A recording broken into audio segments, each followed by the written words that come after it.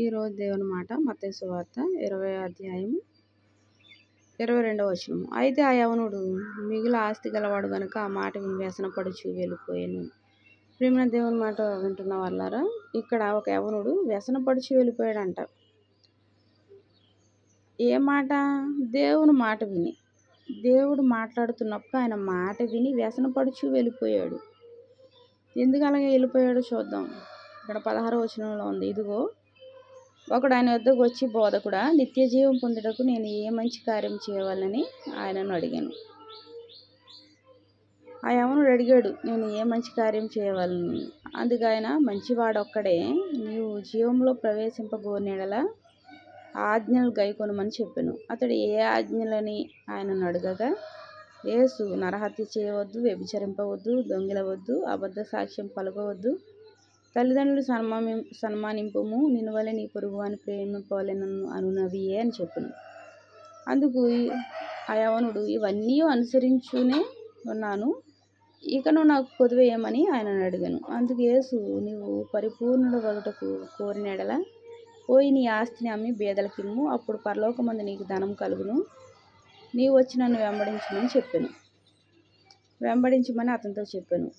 మరి బోధకుడా, నేనేం చేయాలి మంచి కార్యాలు చేయాలంటే అంటే దేవుడు ఏం చెప్తున్నాడు? మంచివాడు ఒక్కడే. మంచివాడు ఎవరు? యేసయ్య ఒక్కడే. మరి మంచివారు అంటూ అన్నది లేదు ప్రపంచంలో. అందరిలో మంచి లేదు.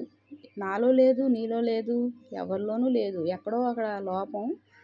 రోజుకొక చిన్న మాట ద్వారా అయినా సరే ఏదో ఒకటి లోపం ఉంటుంది. మనం మంచి అనుకుంటాము, మన మంచి మనకు సరిపోదు. మనం అన్ని విషయాల్లో మంచిగానే మనకి అనిపిస్తున్నా మన మంచి మనకు సరిపోదు.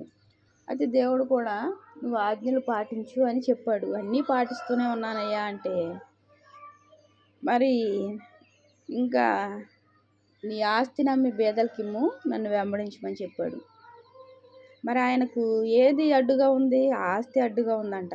బాగా మిగులు ఆస్తిపరుడు యవనుడు. ఆస్తి ఎందుకు అమ్మన్నాడు? ఆయన కూర్చున్నా నుంచున్నా ఆయన ఒక మనసు, ఆయన ఒక హృదయము నిత్య జీవం వైపు లేదు, కేవలము ఆ ఆస్తి మీదే ఉంది. మరి దేవుడుకు వర్తమాన భూత భవిష్యత్ కాలాలు ఎరిగిన దేవుడు నీ ఆస్తిని అమ్మి బీదలకి ఇమ్మంటున్నాడు. అంటే ఎంతో ఉంది కాబట్టి, చాలా ఉంది. ఇమ్మంటే మొత్తం నీ ఆస్తిని మొత్తం అమ్మన్లా దేవుడు. నీ ఆస్తిని అమ్మి బేదలకి ఇమ్మ అన్నాడు దేవుడు. అయితే ఆ యవనుడు వ్యసనపడుచు అమ్మి ఇచ్చి నన్ను వెంబడించు అన్నాడు దేవుడు. ఆయన వెంబడించలేని పరిస్థితి, ఆ ఆస్తిని వదలలేని పరిస్థితి. మరి ఈ లోకయాత్రలో మన యొక్క దృష్టి, మన యొక్క మనసు దేని మీద, దృశ్యమైన వాటి వైపు దేని మీద ఉందో దాన్ని మరల్చుకొని మనము ఈ రోజు నుంచి దేవుని వైపు ఉండేలా చూసుకుంటే దేవుడు ఎంతగానో కృప చూపి ఆశీర్వదిస్తాడు. ఆ యవనుడు వ్యసనపడిచి వెళ్ళిపోయాడు. మనం కూడా ఎన్నోసార్లు దేవుని నుంచి దూరంగా వెళ్ళిపోతున్నామా ఆలోచించుకోవాలి. ఆ యవనుడు వలె కాకుండా మనం దేవుని వెంబడించే వారంగా ఉండాలి. దేవునికి వందనాలు. ప్రార్థన చేసుకుని, మహాప్రేమగల తండ్రి, కృపగలైన వాక్యం వింటున్న ప్రతి ఒక్కరిని ఆశ్రయించి దీవించండి అయ్యా. ఈ రోజు నుంచి నేను వెంబడించే కృపను మాకు అనుగ్రహించండి. ఇక వందనాలు స్తోత్రాలు చెల్లించుకుంటే యేసు నామమున వేడుకుంటున్నాను తండ్రి. ఆమేన్. Praise lord.